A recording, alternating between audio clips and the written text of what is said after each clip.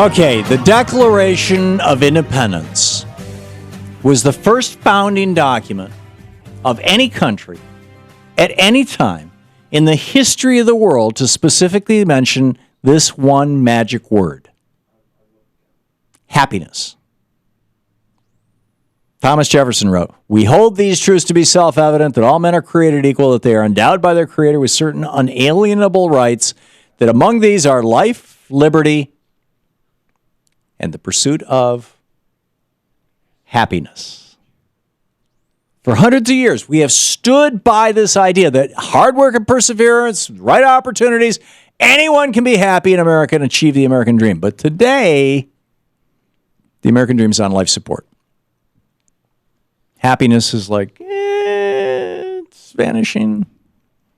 Arthur Brooks points out in the New York Times, according to new research, Arthur Brooks, by the way, of the Competitive Enterprise Institute, according to new research, one of the major variables under our control when it comes to overall happiness is happiness at work.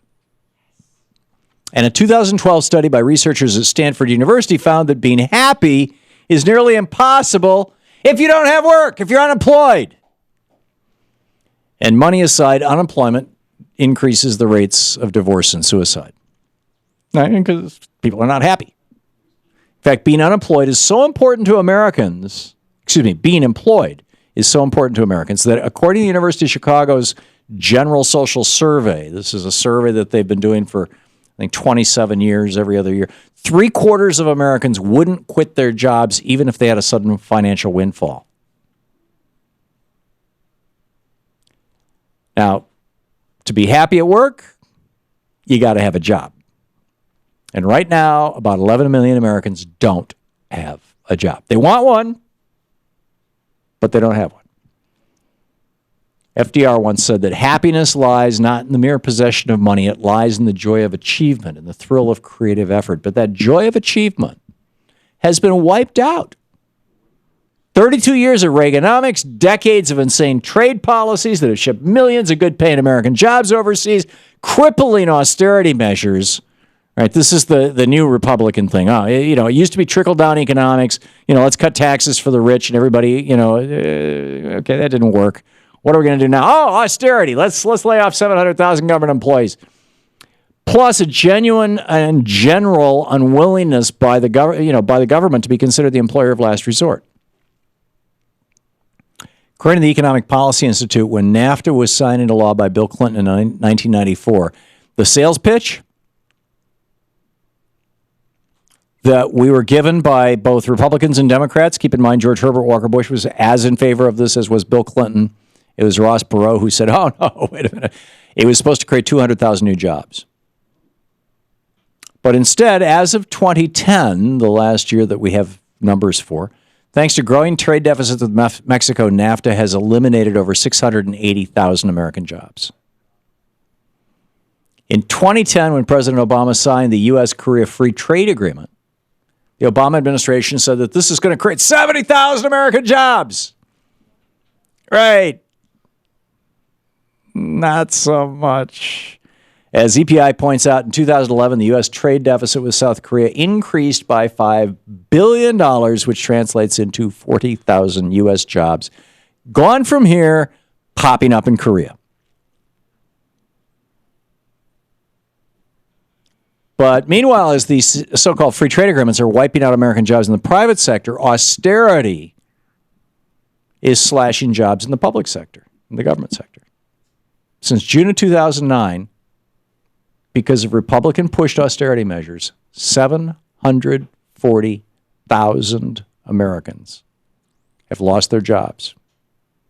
People who worked for various government agencies. 750,000. And that's just in the last 4 years. And what's keeping many of these Americans unemployed are conservatives in Washington who refuse to acknowledge that when capitalism fails, the government should be the employer of last resort. Back in 1944, FDR released his so-called Economic Bill of Rights, and one of those rights was the right to a useful and remunerative job. But conservatives in Washington don't see it FDR's way and instead love a phony argument over the size of government, which has been shrinking, by the way. From job-killing trade policies and devastating austerity measures to the government's refusal to be the employer of last resort, America has lost millions of jobs. And if you get your happiness from your job, millions of Americans have lost the American dream. There's no way we can be a happy nation again without getting those jobs back and making sure that all Americans have an equal shot at a good job. It's time to close the book on Reaganomics, toss austerity aside, keep good jobs in America, and make our government the employer of last resort by creating the modern equivalent of the WPA and the CCC. Only if we do that will Americans really have the right to life, liberty, and the pursuit of happiness. Seriously. I got this, come on, open. There we go. This FDR clip, I got a private enterprise indeed became too private. Right? This is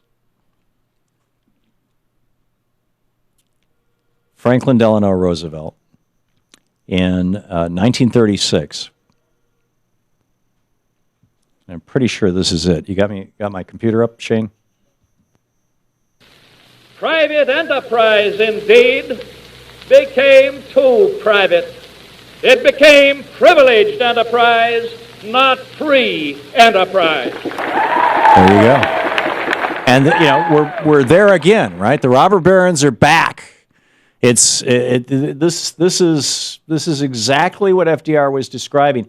In fact, he went on to talk basically about, Alec and the Koch brothers saying, your right to a job. Well, here, I'll let FDR say it. He says it so much better than I do.